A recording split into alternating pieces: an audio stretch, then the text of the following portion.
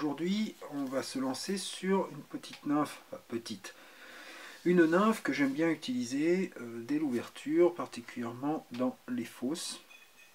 Donc c'est une nymphe qui va pêcher à l'envers, puisque vous remarquez que c'est un hameçon jig, voilà, 14, et c'est une nymphe qui est un dérivé de la Pheasant-tail.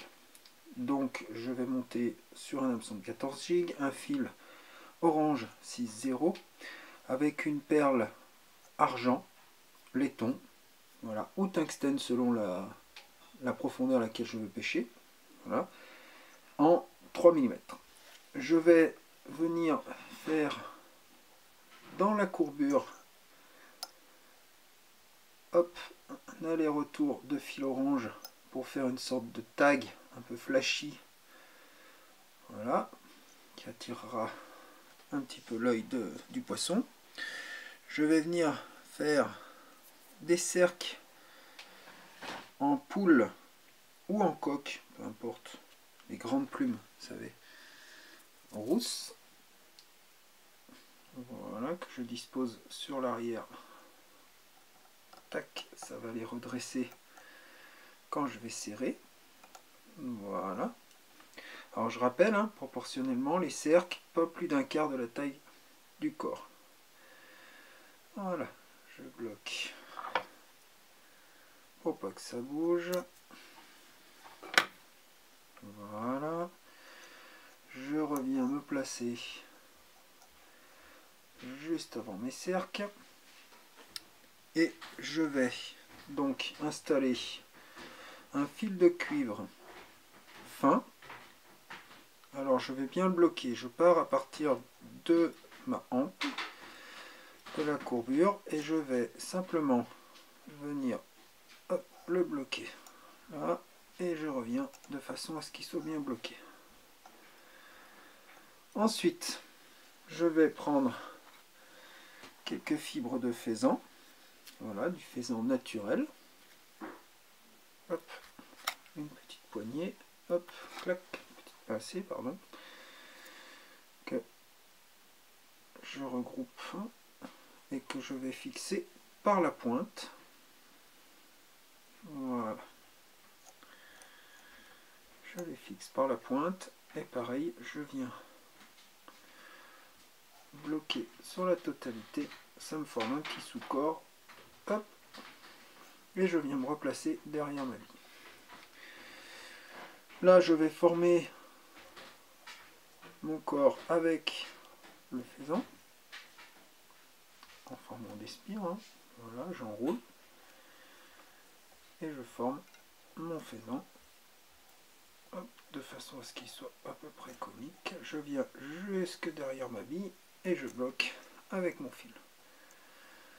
Voilà, mon corps est formé. Voilà. Maintenant, avec mon fil de cuivre, je vais venir en sens inverse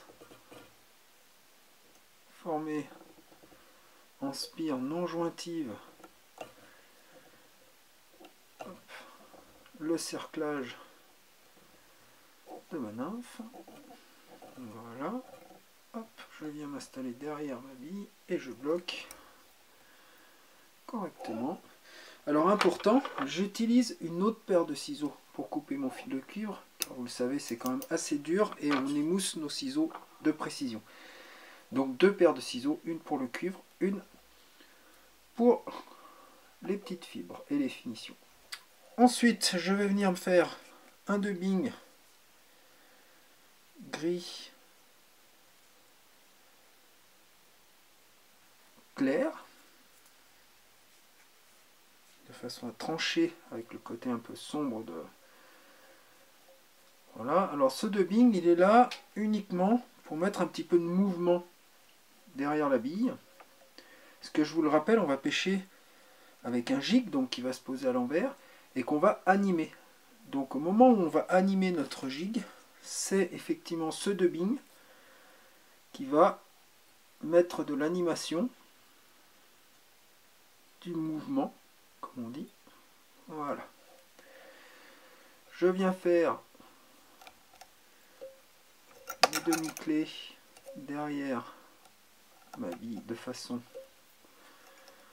à ce que ça bouge plus. Donc j'hésite pas, hein, parce que c'est une nymphe, donc voilà, hein, je peux seulement faire mes demi-clés. Et en plus, ça va venir me faire une teinte légèrement orange derrière ma bille. Je brosse avec un scratch de façon à faire ressortir les grandes fibres de mon dubbing. Voilà, ma nymphe est finie. Voilà, une nymphe aérée de type Fizz and Tail. Et voilà.